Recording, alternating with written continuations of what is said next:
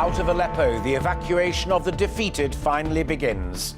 The first 1,000, say the International Red Cross, include children and the wounded, disillusioned and in very bad shape. For some, it was a dangerous departure after a bitter 4-year conflict. Well, this is the moment the world has been waiting for. The civilians are leaving their enclave, an ignominious defeat for the rebels. But finally, the battle for Aleppo is over. And tonight, President Assad claims an historic victory. Also on the programme, triumph for the mother who lost her son to sepsis. Leaflets will now be given to all new mums in England. Out on a limb, the other EU leaders will discuss Brexit without her. And more cards than Santa. The poorly young Sunderland fan gets something to smile about.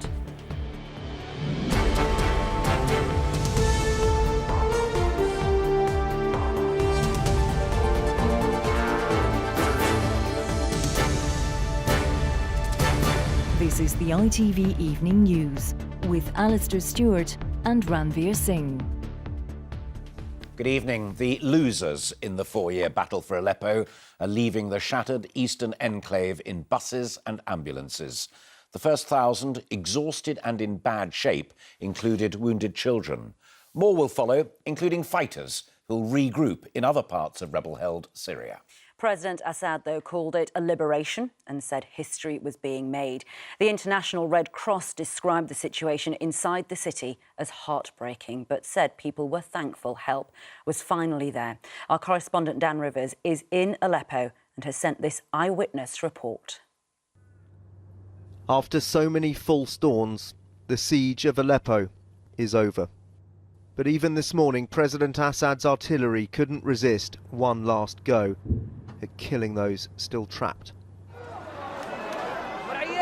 Inside the rebel enclave, those he targeted for 4.5 years prepared to leave. And these pictures show while fighters were among them, most appeared to be civilians.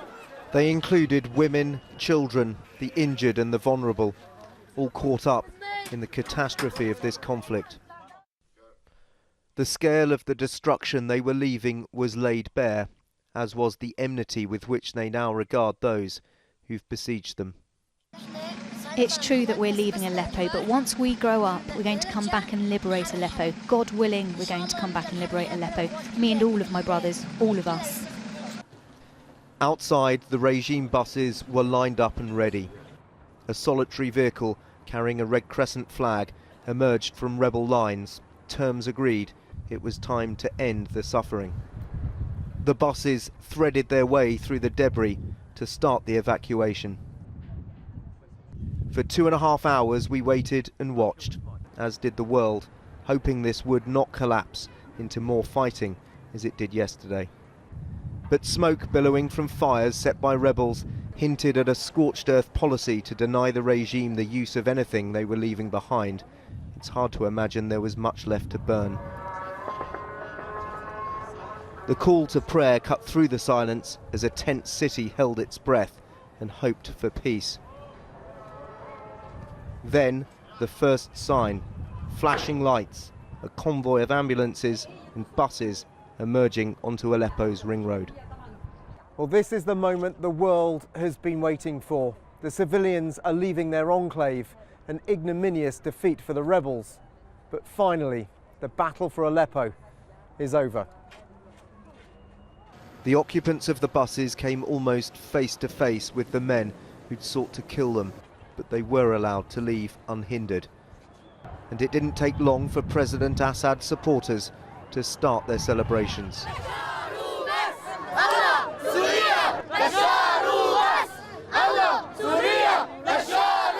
feel very happy. I feel that this victory will continue to all Syria.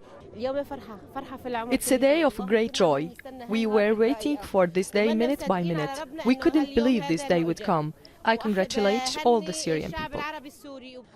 But after so much bloodshed, this shouldn't have been a day of celebration, rather a time to reflect on why this took so long.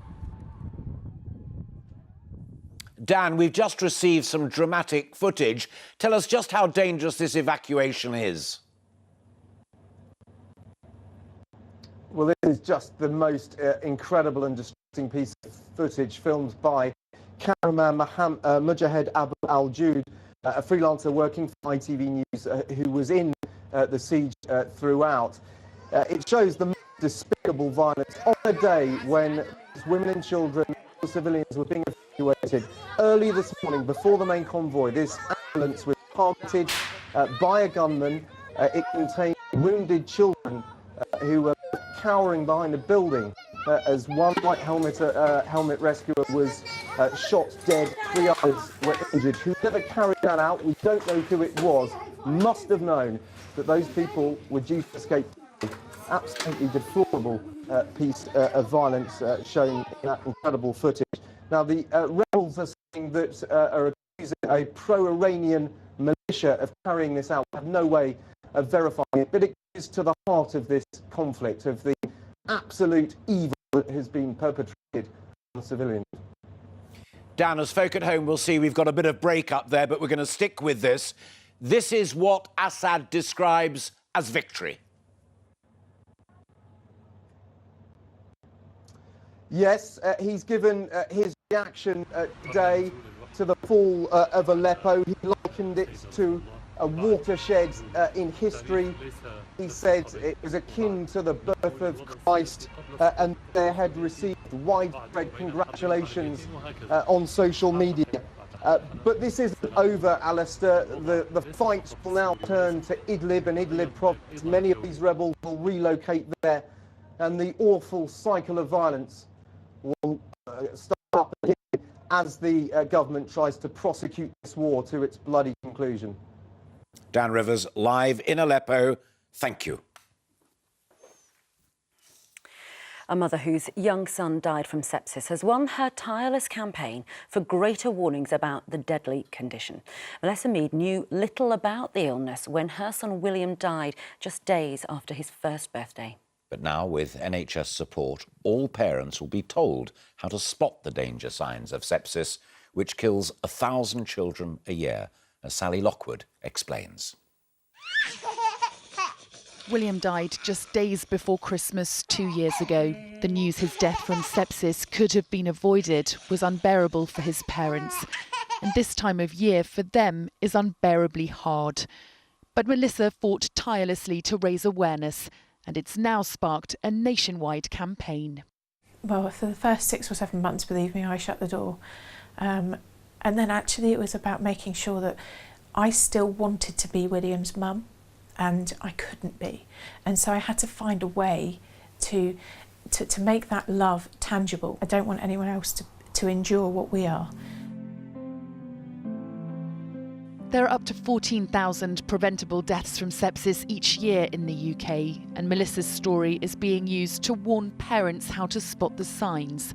I think it would be foolish to say that we can eradicate sepsis, but certainly we want to make sure that the preventable deaths don't happen. Melissa's repeated calls on the Health Secretary Jeremy Hunt to take action worked. This campaign would never have happened without her. But the clinician who founded the Sepsis Trust says it's just the start of what needs to happen. There's no doubt that the campaign launched today will save lives. Parents will be asking, could it be sepsis? We need more of the public to be educated on sepsis. We need health professionals to be thinking sepsis continuously. And Melissa says she will continuously campaign as her lifelong commitment to William as his mum. I'm sat here today doing this interview because of the little boy who died, but I'm the person that I am today because of the little boy who lived. And for that, I'll be forever grateful. And while losing William will hurt forever, his legacy will save the lives of countless other children. Sally Lockwood, ITV News. Now, how much income tax you pay in the UK will for the first time depend on which country you live in. That's because the Scottish Government has announced that it will use new powers to freeze the rate at which people start paying the 40% top rate. Finance Secretary Derek Mackay said Scotland won't bring in a tax cut that will benefit the rest of the UK. And local authorities in England are to raise council tax at a faster rate than expected, the government confirmed today. As we reported last night, councils will now be able to put up taxes by 6% over the next 2 years to help pay for social care. Theresa May faced an awkward reception today, appearing alone and isolated at the final summit of the year for EU leaders. Brexit was on the menu, and she warned that Britain must prepare for complexities and difficulties. Well, among them, it would seem, finding allies. The other EU leaders will discuss Brexit over dinner without her. Our political correspondent Carl Dinin is at that summit, live for us now in Brussels. So, are we simply, as a country, becoming even more isolated within the EU? Yes, undoubtedly, Alistair, and I suppose inevitably. And it was vividly illustrated as Theresa May entered the council chamber today. She looked awkward. She did have some chats with other leaders, but there were long moments when she was on her own and frankly looked a bit like a guest at a party who didn't really know anyone. And later there will be a party to which she's not even invited as the other 27 leaders sit down to discuss Brexit, although Mrs May says she's happy enough with that. I welcome the fact that the other leaders will be meeting to discuss Brexit tonight, as we are going to invoke Article 50, trigger the negotiations by the end of March next year. It's right that the other leaders prepare for those negotiations as we have been preparing. But the state of British preparedness is being called into question here tonight. I've just spoken to a senior European Union official who says that Britain has woken up far later than anyone else to what needs to be done here, that the UK has been in complete denial about the complexity of the task ahead. And this official said that here they think it absolutely unquestionable that there will have to be some sort of transitional arrangement in between Brexit and a new trade deal with the European Union. Carl, thank you. Still to come on the ITV Evening News, the medical technique that allows babies made from 3 parents to avoid deadly genetic diseases. And letters by the sackful. The young football fan receiving cards from around the world. Those stories and more after the break.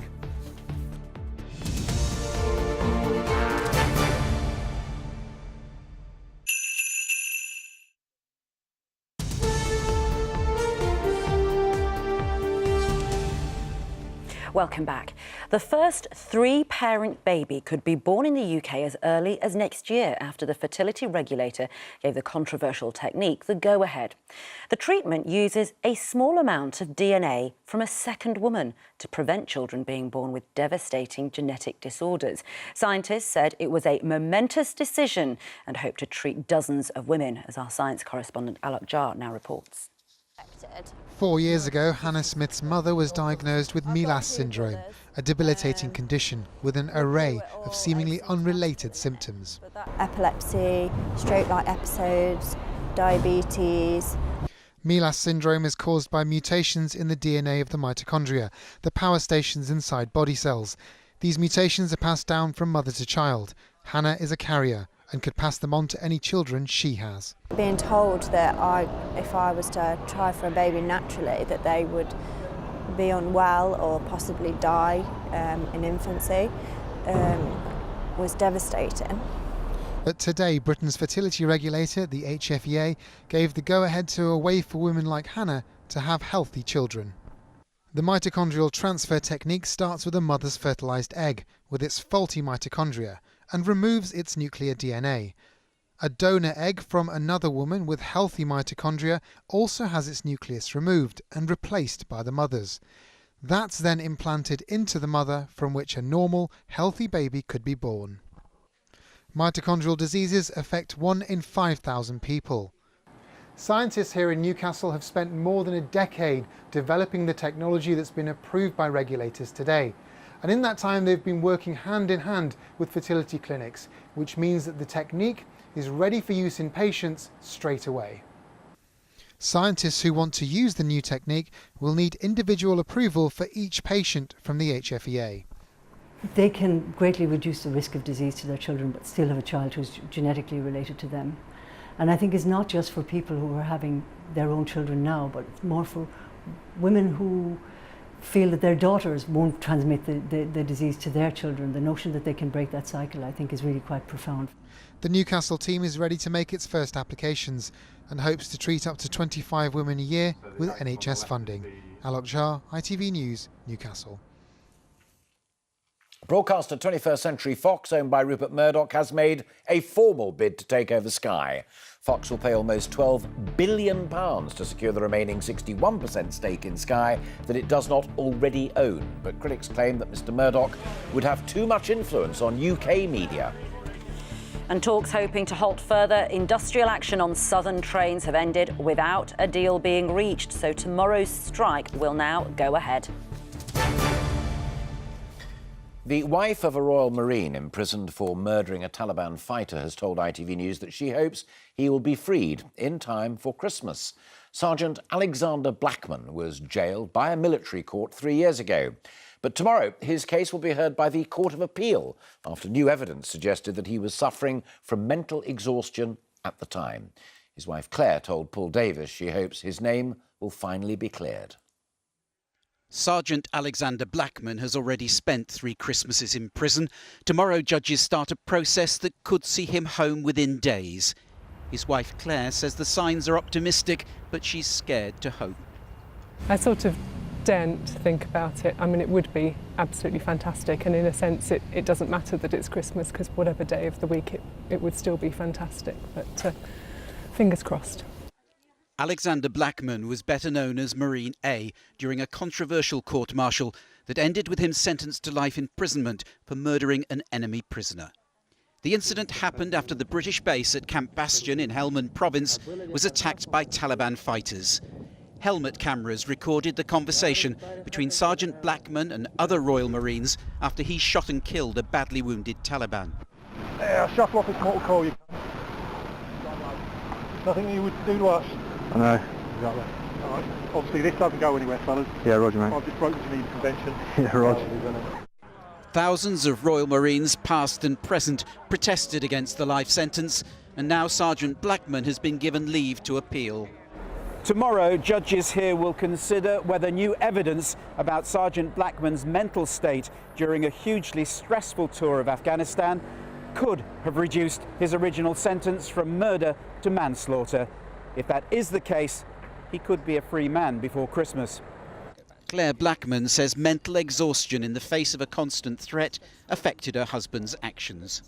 We have 3 expert psychiatrists all giving the same view, and that is that it made a significant difference. Tomorrow, she and her campaign team will find out if Alexander Blackman will be freed to fight his appeal from home. Paul Davis, ITV News. And finally tonight, the remarkable little boy who this Christmas is getting more cards than Santa himself. 5-year-old Bradley Lowery has a rare form of cancer. There was a special reception for him last night when his favourite team, Sunderland, played Chelsea. But that is nothing compared to the tens of thousands of cards that he's being sent by well-wishers, as Damon Green reports. Thousands of cards, thousands of messages, thousands of Christmas greetings, and here at a sorting office in Gateshead, these are all for just one boy. Cards coming from all over the world for Bradley Lowery, suffering from a rare form of cancer. He's touched hearts across the globe. His family doing their best to keep up. This morning the count was at 47,000 and still rising. You can't answer all of these cards. What would you like to say to people who've sent them? Oh, huge thank you. You know, we're delighted that people have took their time to write a card out for him, and that 5 minutes that it's took it's a lifetime of remembrance for the family. Bradley was diagnosed with neuroblastoma before his 2nd birthday, a condition for which there is no cure. Last night, the guest of honour at Sunderland, the team he supports. We use the words brave and fight in football. Bradley Lowery gives them real meaning.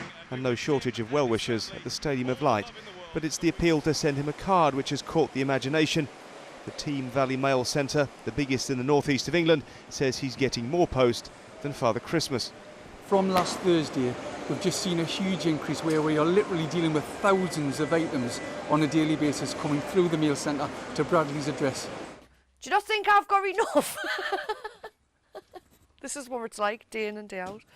Several deliveries a day are arriving at this address near Hartlepool, with more cards each time. Bradley's family know each one is a heartfelt message. They know that the whole world are behind him 100%, you know, so honestly there's not enough thank yous in the world to thank everybody, you know. It's overwhelming. Thank you everybody. For the cards. As for Bradley, well, he's just looking forward to Christmas. Damon Green, ITV News in County Durham. Merry Christmas. Oh, and Merry Christmas to you, Bradley. And to find out more about sending a card to Bradley, go to our website, itv.com/news. Tom Bradley will be here with news at 10. But from everyone here, have a good evening. Bye-bye. Bye-bye.